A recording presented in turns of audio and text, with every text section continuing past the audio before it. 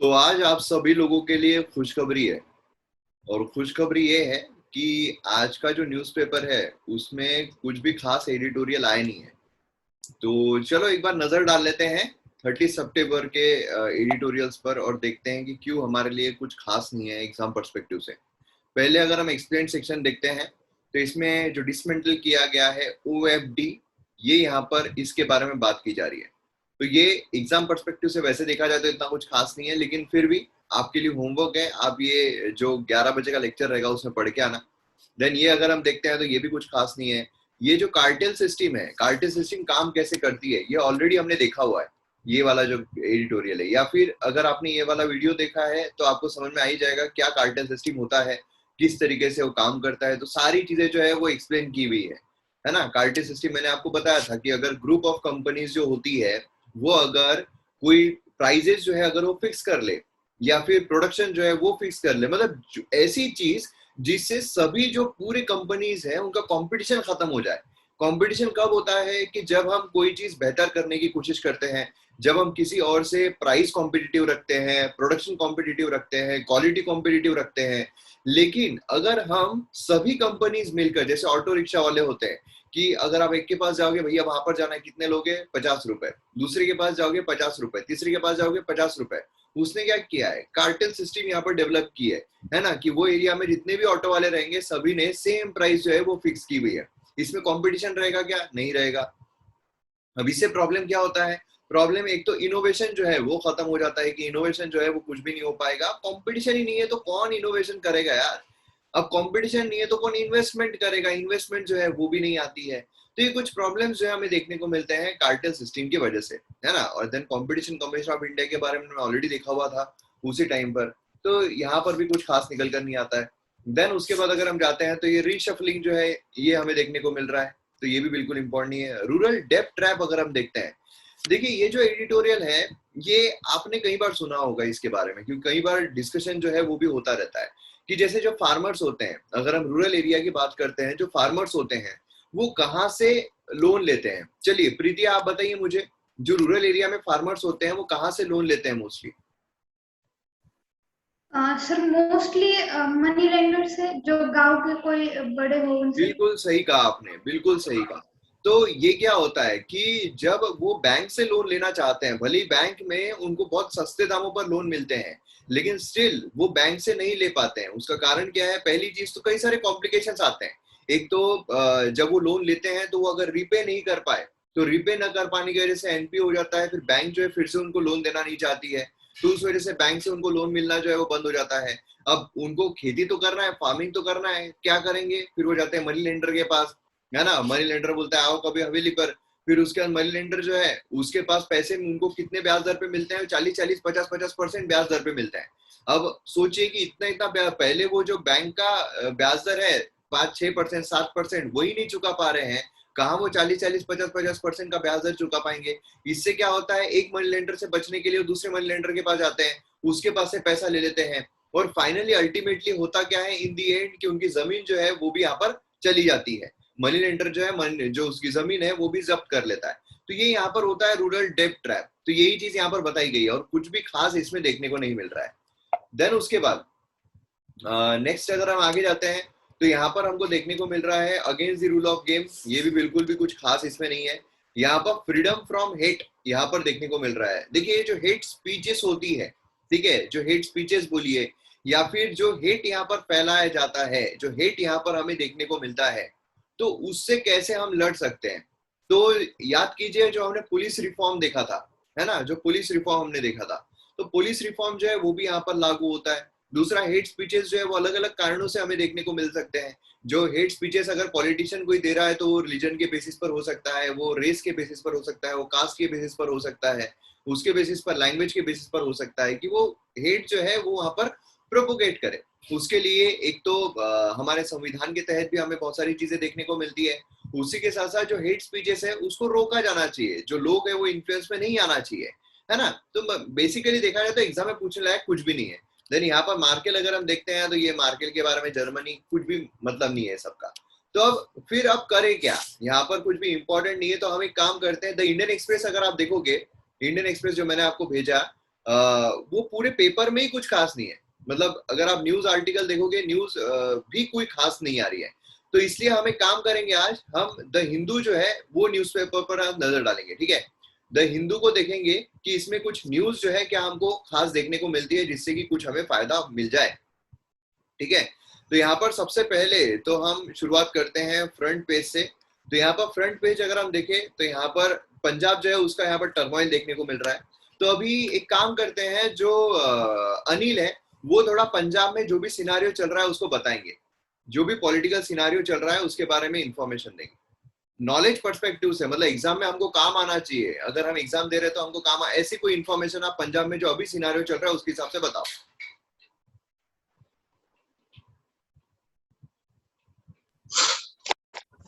Sir, Punjab की political situation ऐसी चल रही है कि जैसे नए सीएम बने थे चरणजीत सिंह चन्नी सर, उन्होंने अभी मतलब काफी जो वैकेंसीज हैं उनको भी फिल करने की बात किया। जैसे उन्होंने सेक्शन डी है, सेक्शन डी की जो भी वैकेंसीज हैं जैसे कि टेक्निकल ड्राइवर्स हो गए, क्लर्क वगैरह हो गए सर, उनको फुलफिल करने की बात किया। और दूसरा सर, उन जो पंजाब के कांग्रेस प्रेसिडेंट चीफ थे नवजोत सिंह सिद्धू सर, उन्होंने रिजाइन दे दिया क्योंकि मैंने पीछे सुना था कि सॉयल माइनिंग में कुछ घपला हुआ है, इसलिए उन्होंने मतलब रिजाइन दे दिया है। रिजाइन सर उन्होंने इसलिए, वो बोले हम पंजाब के मतलब फ्यूचर के साथ और जो लोगों का पीपल्स का वेलफेयर है उसके साथ हम मतलब समझौता नहीं कर सकते, इसलिए उन्होंने दे दिया। और सर जहां तक हम फार्मर्स का सिनारियो देखें, फार्मर्स ने भी बहुत मतलब कई बार सर फार्मर्स, जैसे कि अब हम देख रहे हैं फार्मर्स के लॉज लागू किए गए हैं सर, उनसे फार्मर्स को भी काफी प्रॉब्लम आ रही है। बट सर इससे मतलब जैसे 27 को अभी भारत बंद था, तो सर इससे मतलब आम नागरिक को भी बहुत मतलब प्रॉब्लम्स फेस करनी पड़ रही हैं। अगर किसी को मतलब ये सर मेरे मतलब देखते की बात है, 27 को हमारे मतलब खन्ना में एक लेडी थी, उसको हॉस्पिटलाइज करने की मतलब जरूरत थी, उसको कुछ फीवर था, पता नहीं कुछ था, तो सर उसको मतलब रोड क्रॉस नहीं करने दिया गया। तो सर ये भी मुझे लगता है मतलब अगर हम प्रोटेस्ट करते हैं तो हमको वो शांति से करना चाहिए। अगर मतलब किसी की फ्रीडम नहीं, ऐसे मतलब देखना चाहिए कि किसको, अगर किसी को नीड है तो उसको मतलब जाने देना चाहिए। यही सर अभी तो पंजाब में सिनारियो चल रहा है। ओके, चलो ठीक है। अभी देखो यहाँ पे दूसरी एक न्यूज है कि जो टॉक्सिक्स है, फायर क्रैकर, अभी दिवाली आने वाली है ना, दिवाली आने वाली है, इसलिए जो फायर क्रैकर है वो मुद्दा जो है हमें देखने को मिलते रहेगा। अब जब फायर क्रैकर की बात हो रही है तो यहाँ पर जो फायर क्रैकर है उसमें टॉक्सिक मटेरियल, इसका इस्तेमाल जो है वो ना किया जाए, ऐसा यहाँ पर कई बार बोला गया है। तो यहाँ पर जो सुप्रीम कोर्ट है उसने रिपीटेडली यहाँ पर कंसर्न जो है रेज किया है, जो हार्मफुल केमिकल्स हमारे फायर क्रैकर में मैन्युफैक्चरर्स यूज करते हैं, है ना। फायर क्रैकर में अगर आप देखोगे सुप्रीम कोर्ट जो उसने बैन किया है 5 केमिकल्स को। 5 केमिकल्स कौन से हैं, तो वो हमें देखने को मिलते हैं antimony, then lithium, mercury, arsenic and lead. तो ये जो है ये आपको पूछा जा सकता है प्रीलिम्स में, ये प्रीलिम्स पर्सपेक्टिव से काफी इंपॉर्टेंट क्वेश्चन बन सकता है कि भाई कौन से जो यहाँ पर फायर क्रैकर में केमिकल्स है वो बैन किए गए हैं और सुप्रीम कोर्ट ने बोला है कि वो इस्तेमाल आप नहीं करोगे, ठीक है। क्यों यहाँ पर नहीं करोगे, कि सेंट्रल पोल्यूशन कंट्रोल बोर्ड जो है उसने यहाँ पर इसको लेबल किया है एज अ टॉक्सिक। ओके, फिर उसके बाद यहाँ पर सुप्रीम कोर्ट जो है फायर क्रैकर जो है लाउड और टॉक्सिक जो होते हैं उनको बैन कर दिया, है ना। कोर्ट ने बोला कि भाई ग्रीन जो फायर क्रैकर्स है उनको आप जलाओ। तो ये चीज यहाँ पर हमको देखने को मिल रही है। तो इस बारे में मुझे प्रीति आप बताइए कि आपका क्या बोलना है, जो फायर क्रैकर्स है, फायर क्रैकर्स मतलब जब भी कोई त्योहार, ऐसा जो त्योहार है, जैसे फ्रीडम ऑफ रिलीजन है हमारे इसमें, है ना, कि हमारे संविधान में बोला गया है कि आप जो चाहे आप प्रैक्टिस कर सकते हो, आप रिलीजन जो है उसको जो प्रैक्टिस कर सकते हो, प्रोपोगेट कर सकते हो, एंड जो भी आपके रिचुअल्स है उसको भी आप प्रोपोगेट और प्रैक्टिस कर सकते हो, आपके जो बिलीफ है उसके हिसाब से। तो अब जैसे रिचुअल्स में क्या क्या आता है, एक तो जब हम गणेश फेस्टिवल कर रहे हैं तो गणेश फेस्टिवल में जो रैलीज निकलती है गणेश जी को लेके, देन उसका जो दुर्गा देवी बोलिए, है ना, जो भी मतलब जो भी रिलीजन हम फॉलो करते हैं उसके जो भी रिचुअल्स है वो करने का अधिकार, फंडामेंटल राइट हमारा है। तो फिर यहाँ पर ये भी एक रिचुअल के इसमें आएगा कि हम फायर क्रैकर जो है वो जला रहे हैं, तो क्या इसको बैन करना हमारा फंडामेंटल राइट का वायलेशन नहीं है? तो इसके बारे में आपको क्या बोलना है? सर मुझे लगता है कि ये जो सुप्रीम कोर्ट ने लॉ लाया है ये बिल्कुल सही है सर, क्योंकि हमारे रिलीजन में कहीं नहीं लिखा हुआ है कि फायर क्रैकर्स जलाओ दिवाली पर, या फिर गणेश जी के दिन रैली निकालो, ऐसा कुछ नहीं है। बस जो गणेश त्योहार था उसे लोकमान्य तिलक ने स्टार्ट किया था सर, तो उनका बस ये था कि पीपल्स को एक जगह पे यूनाइट करना, और जो हमारे नेशन के प्रति उनमें एक यूनिटी बताना, और जो नेशनल सॉन्ग्स वगैरह ऐसे करके पीपल्स में पॉलिटिकल अवेयरनेस जगाना था सर। इसका ऐसा रैली निकालना वगैरह ऐसा कोई ज्यादा नहीं था। और जो ये पटाखों का जो हो रहा है फायर क्रैकर्स का, ये भी सर इसमें अगर टॉक्सिक मटेरियल यूज हो रहा है तो ये हमारे रिलीजन में या फिर हमारे ग्रंथों में कहीं भी नहीं लिखा हुआ है कि हमें ये जलाना है। तो फिर सर ये कोई रिलीजन का मतलब हमारे कोई फंडामेंटल राइट का वायलेशन नहीं है सर। ओके, तो बेसिकली दो चीजें हमें देखने को मिलती है अगर हम पॉलिटी पर्सपेक्टिव से देखें। पहली चीज तो ये है कि हाँ, हमें फ्रीडम ऑफ रिलीजन है, हाँ हमें प्रैक्टिस करने का अधिकार है कि हम जो भी रिचुअल चाहे प्रैक्टिस कर सकते हैं। उसका ओरिजिन जो है वो मैटर नहीं करता है, अभी वो एक प्रैक्टिस में बन चुका है तो हम वो कर सकते हैं। लेकिन इसी के साथ साथ एक और फंडामेंटल राइट जो है, जो हम फायर क्रैकर की अगर बात करते हैं तो फायर क्रैकर के इसमें एक और फंडामेंटल राइट जो है वो भी शामिल होता है, वो है आर्टिकल 21 कि every individual has a right to live with dignity. तो अगर फायर क्रैकर में कोई टॉक्सिक सब्सटेंसेस आते हैं जिसकी वजह से उसकी लाइफ जो है वो अगर खराब होती है, उसकी डिग्निटी अगर खराब होती है, तो फिर वहां पर कॉन्फ्लिक्ट जो है वो क्रिएट होता है। दूसरी चीज जो है हमको ये भी देखने को मिलती है कि हमारे जो फंडामेंटल राइट्स है वो एब्सोल्यूट नहीं है, वो रीजनेबल रिस्ट्रिक्शंस के साथ लगाया जा सकता है। तो अगर यहाँ पर कोई चीज में प्रॉब्लम हो रही है तो उस पर रीजनेबल रिस्ट्रिक्शंस लगाए जा सकते हैं। जैसे कि फॉर एग्जांपल जो दही अंडी है ना, दही अंडी का जो कार्यक्रम है वो भी पिछले 2 साल से, अब वो तो एक रिचुअल है और उसको हम ये भी नहीं बोल सकते कि नहीं वो तो बहुत ये है बुरा है, उसमें कुछ भी बुरा नहीं है, कुछ भी टॉक्सिक नहीं है, कोई फायर क्रैकर नहीं, कुछ भी नहीं हो रहा है, कोई लोगों को यहाँ पर हानि नहीं पहुंच रही है। स्टिल वहां पर गवर्नमेंट ने क्या किया था, गवर्नमेंट ने उस पर रिस्ट्रिक्शंस लगाए थे, है ना। वो क्यों लगाए थे, उसके पीछे कोरोना जो है ये मेन रीजन था। तो बेसिकली क्या है, यहाँ पर भी रीजनेबल रिस्ट्रिक्शन जो है वो गवर्नमेंट के लागू होते हैं। तो अगर एग्जाम्पल ऐसे आए कि क्या रीजनेबल रिस्ट्रिक्शंस जो है लगाए गए हैं, तो ये एक एग्जांपल जो है वो आप इंटरव्यू में कोट कर सकते हो। दूसरी चीज जो है यहाँ पर कि जुडिशियरी के द्वारा यहाँ पर बैन जो है वो लगाया जा रहा है। अब बैन लगा रहे हैं मतलब सुप्रीम कोर्ट क्या कर रहे हैं, यहाँ पर निर्णय दे रहा है, यहाँ पर ऑर्डर दे रहा है। अब ऑर्डर जो है या फिर रूल जो है या फिर लॉ जो है वो बनाने का काम किसका है, लेजिस्लेचर का है।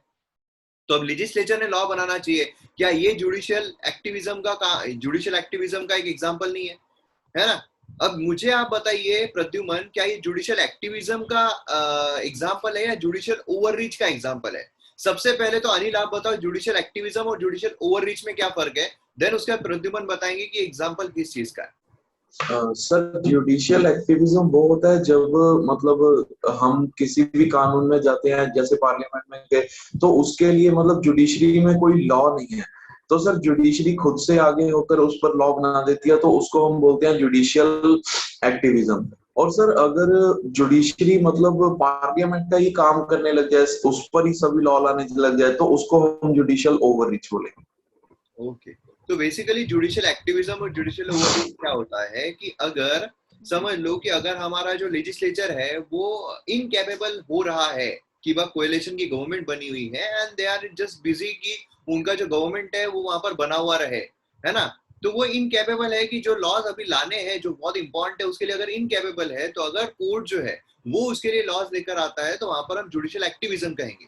लेकिन अगर जुडिशरी सारे ही लॉज ला रही है, खुद ही ला रही है, वो बोल रही है कि नहीं हमको पार्लियामेंट का सुनना ही नहीं है, पार्लियामेंट को डायरेक्शन देना ही नहीं है ना। क्या होता है, नहीं तो मोस्टली कि सुप्रीम कोर्ट के द्वारा आप देखते होंगे कि सुप्रीम कोर्ट ने सेंट्रल गवर्नमेंट को बोला है कि इस पर लॉ लेकर आओ, सुप्रीम कोर्ट ने सेंट्रल गवर्नमेंट को बोला है कि इस पर कुछ कानून आप बनाओ। अब गवर्नमेंट अगर वो कर ही नहीं रही है, तब अगर सुप्रीम कोर्ट अगर ये लॉ लेकर आती है तो जुडिशियल एक्टिविज्म रहेगा। लेकिन अगर ये किए बिना सुप्रीम कोर्ट खुद से निर्णय ला रही है, हर 2 दिन में कुछ ना कुछ निर्णय लेकर आ रही है, उसको हम कहेंगे जुडिशियल ओवररीच। और जब जुडिशियल ओवररीच होती है दैट हैम्पर्स आवर जुडिशरी, जो डेमोक्रेसी है हमारी वो हैम्पर करती है, और डेमोक्रेसी सस्टेन करना जुडिशरी का ही काम है। तो जुडिशरी खुद का ही काम सही तरीके से नहीं करती अगर वो जुडिशियल ओवररीच होती है। और उसको कम करने के लिए एक और टर्म आती है जो कि जुडिशियल रिस्ट्रेंट, कि भाई रुक जाओ, ज्यादा आगे बढ़ रहे हो, औकात के बाहर जा रहे हो, थोड़ा पीछे हो जाओ। ये चीज हमको देखने को मिलती है। चलिए बताइए, तो ये एग्जाम्पल काय का है प्रद्युमन? जुडिशियरी एक्टिविस्ट का है सर।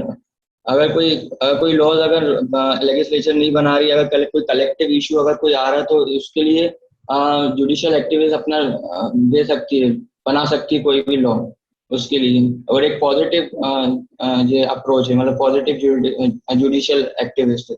ओके, चलिए यहाँ पर देखिए, यहाँ पर जो जस्टिस एम.आर. शाह है, उन्होंने क्या कहा था कि every day there is a celebration, हर दिन सेलिब्रेशन है, लेकिन हमें ये भी ध्यान में रखना चाहिए कि यहाँ पर लोग जो है वो अस्थमा के साथ जो रह रहे हैं वो भी यहाँ पर रहते हैं, तो उनकी जान को जो है यहाँ पर खतरा हो सकता है। तो ये चीज हमको यहाँ पर देखने को मिल रही है।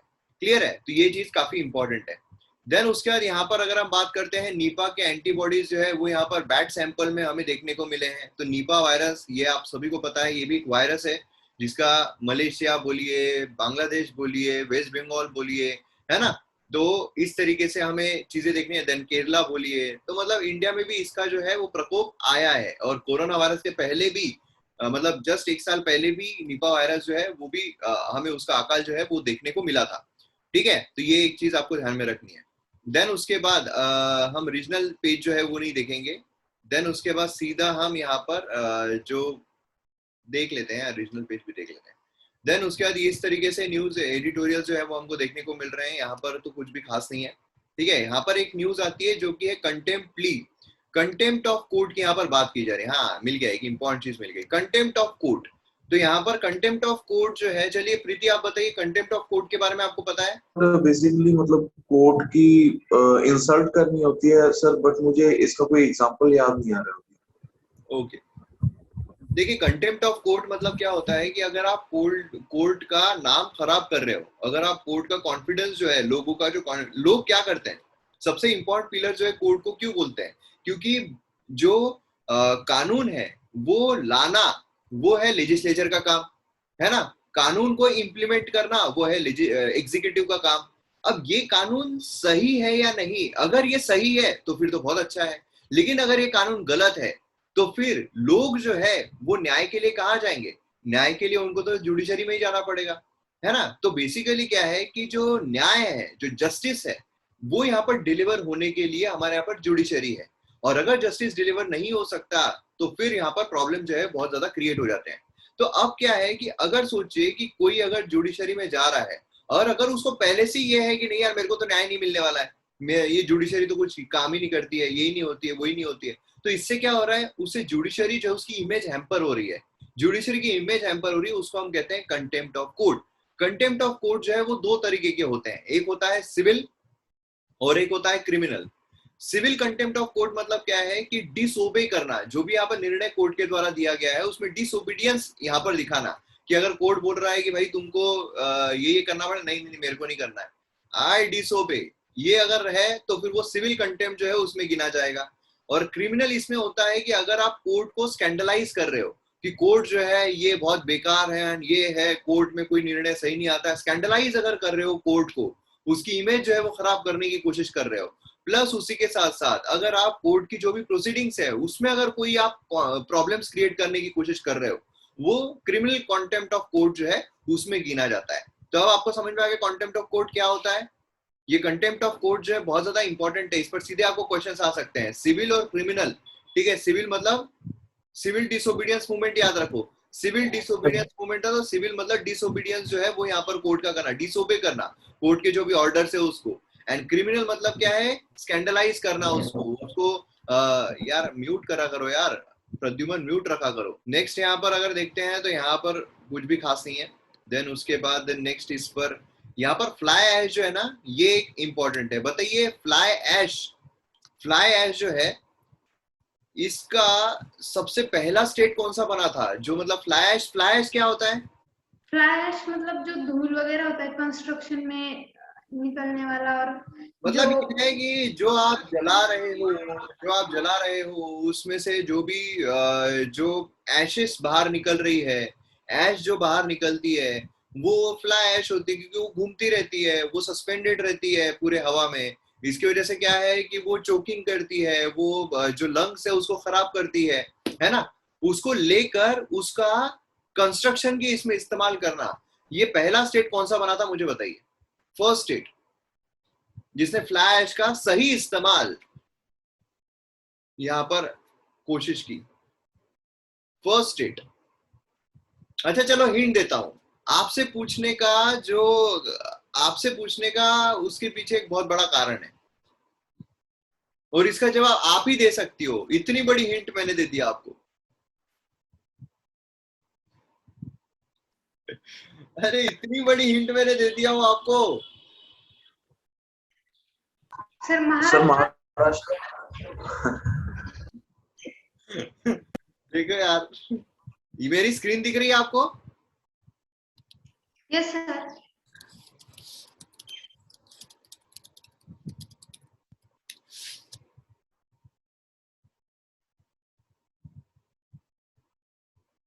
दिख गया? Yes sir. ऐसा है वो, समझ में आया? महाराष्ट्र। इतनी बड़ी हिंट दे दिया, अनिल को समझ में आ गया यार।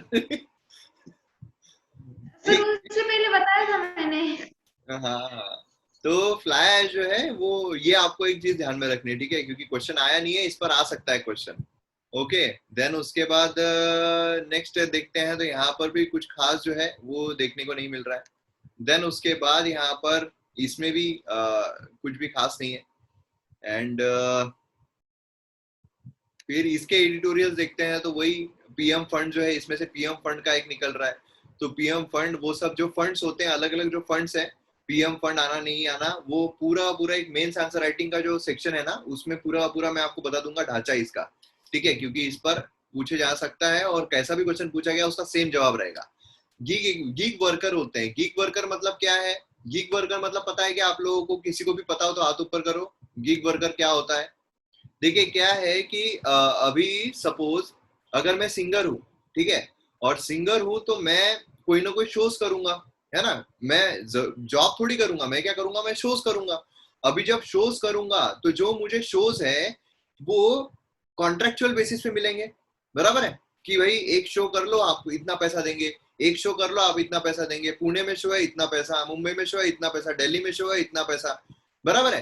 तो ये जो है इसी को हम कहते हैं गिग इकोनॉमी, और इसी को हम कहते हैं गिग वर्कर, कि मतलब कॉन्ट्रेक्चुअल बेसिस पे जो काम होता है, कॉन्ट्रेक्चुअल बेसिस पे, उसको हम कहते हैं गिग वर्कर, ठीक है। ऐसा जब भी आप कोई सिंगर को देखो ना तो वो बोलते हैं एक गिग मिल गई, एक दूसरी गिग मिल गई, ये महीने में 5 गिग हो गई। मतलब क्या है कि यहाँ पर जो कॉन्ट्रैक्ट मिल रहे हैं, कॉन्ट्रेक्चुअल बेसिस पे जो काम हो रहा है वो, कि कॉन्ट्रैक्ट खत्म, आपका काम खत्म, ठीक है, आपको उतना पैसा मिल जाएगा और बस खत्म। तो ये होता है गिग इकोनॉमी। देखिए गिग इकोनॉमी जो है उसको प्रमोट कर रही है अभी गवर्नमेंट। क्यों प्रमोट कर रही है? पहला तो ये है कि जो एम्प्लॉयमेंट होता है, ठीक है, अभी सपोज अगर कोई कंपनी में एम्प्लॉयमेंट चाहिए तो उसके लोचे बहुत होते हैं कि यार आपको सोशल सिक्योरिटी दो, आपको ये दो, आपको वो दो, ये सब करो, वो सब करो, है ना। एंड जरूरी नहीं है कि अगर मैं सपोज फॉर एग्जाम्पल प्रद्युमन को हायर कर रहा हूँ, ठीक है, प्रद्युमन को हायर कर रहा हूँ किसी मैनेजरल वर्क के लिए, लेकिन अगर उसमें उतनी कैपेबिलिटी नहीं हो रही है तो फिर प्रॉब्लम हो जाएगा। मैं निकालू कैसे? निकालने के लिए भी बहुत सारी झंझट है कि भाई इसको पहले नोटिस दो कुछ महीने पहले, फिर उसके बाद उसकी सैलरी है, फिर निकालो। गिग इसमें क्या होगा कि मैं कॉन्ट्रेक्चुअल इसमें प्रद्युमन को ले लूंगा कि भाई एक काम कर, ये है, इतना इतना काम तेरे को करना है। वो आएगा, काम शुरू करेगा, अगर काम पटता है तो मैं और आगे उसको कॉन्ट्रैक्ट दूंगा, काम नहीं पटता है तो चलो दूसरा देख लेते हैं। तो ये फायदा होता है गिग इकोनॉमी का, है ना। नुकसान भी उसके हैं कि भाई जो सोशल सिक्योरिटी यहाँ पर होती है, जो एक परमानेंट एक जो फीलिंग होती है कि अगर गिग इकोनॉमी है, अगर आपको ऐसा लग रहा है कि यार मैं परमानेंट हूँ या नहीं हूँ, तो आप कोई लोन नहीं लोगे, आप गाड़ी नहीं लोगे, आप घर नहीं लोगे, ये सोच कर कि कल जॉब नहीं रही तो क्या करेंगे, है ना। तो कंजम्पशन जो है वो यहाँ पर रिड्यूस हो जाता है। लेकिन गिग इकोनॉमी को प्रमोट भी किया जा रहा है क्योंकि जो स्किल्स है आपकी, स्किल्स के हिसाब से आपको फटाफट कॉन्ट्रैक्ट मिलते हैं, एंड देन उसके बाद आप कॉन्ट्रैक्ट जो है वो पार कर लेते हो। मतलब प्योरली आपके जो कैपेबिलिटी है उसके बेसिस पर आप यहाँ पर काम करते रहते हो आगे। समझ में आ गया गिग इकोनॉमी क्या होती है? ये भी एक इंपॉर्टेंट पॉइंट है, एग्जाम में पूछ सकते हैं सीधा। देन उसके बाद नेक्स्ट इसमें देखते हैं, तो यहाँ पर भी कोई भी न्यूज जो है वो खास नहीं है। देन यहाँ पर जो सिद्धू जी की बात हो रही है, अनिल आपने बताया था, एक बार देख लेना अच्छे से सिद्धू क्या बोल रहे हैं, कौन सा मैटर है, क्योंकि आपने पूरी तरीके से नहीं बताया उन्होंने क्यों रिजाइन किया है। उन्होंने बहुत सारी चीजें उसमें बोली है, ठीक है, इंक्लूडिंग जो अपॉइंटमेंट्स है उसके बारे में भी उन्होंने बताया है। देन उसके बाद यहाँ पर अगर हम बिजनेस न्यूज देखते हैं तो इसमें भी कुछ ऐसा नहीं है कि एग्जाम में पूछने लायक हो जाए, ठीक है। यहाँ पर H1B वीजा के बारे में आपके लिए एक और होमवर्क है कि जो वीजाज है, अलग अलग जो वीजा होते हैं यूएसए में, उसके बारे में आपको बताना है, ठीक है। तो H1B वीजा उसमें का एक पार्ट है। ऐसे बहुत सारे वीजा होते हैं अलग अलग टाइप के। अगर हम यूएसए की बात करें, जहाँ इंडियंस को अगर यूएसए में जाना है तो वो वीजा, जितने भी वीजा है सबके बारे में मुझे इन्फॉर्मेशन दो, ठीक है, 11 बजे के ही लेक्चर में। देन उसके बाद अगर हम देखते हैं तो यहाँ पर भी कुछ ऐसे बहुत ही जबरदस्त तरीके की न्यूज जो है वो नहीं निकल कर आ रही है। तो क्लियर है आप लोगों को क्या क्या न्यूज जो है वो देखने को मिल रही है। तो आज के न्यूज़पेपर में वैसे कुछ खास नहीं है, तो आज आपके लिए बहुत अच्छा है, लेकिन बाकी होमवर्क जो है वो आपको करके आना है 11 बजे के लेक्चर में, ठीक है। तो मिलते हैं फिर 11 बजे।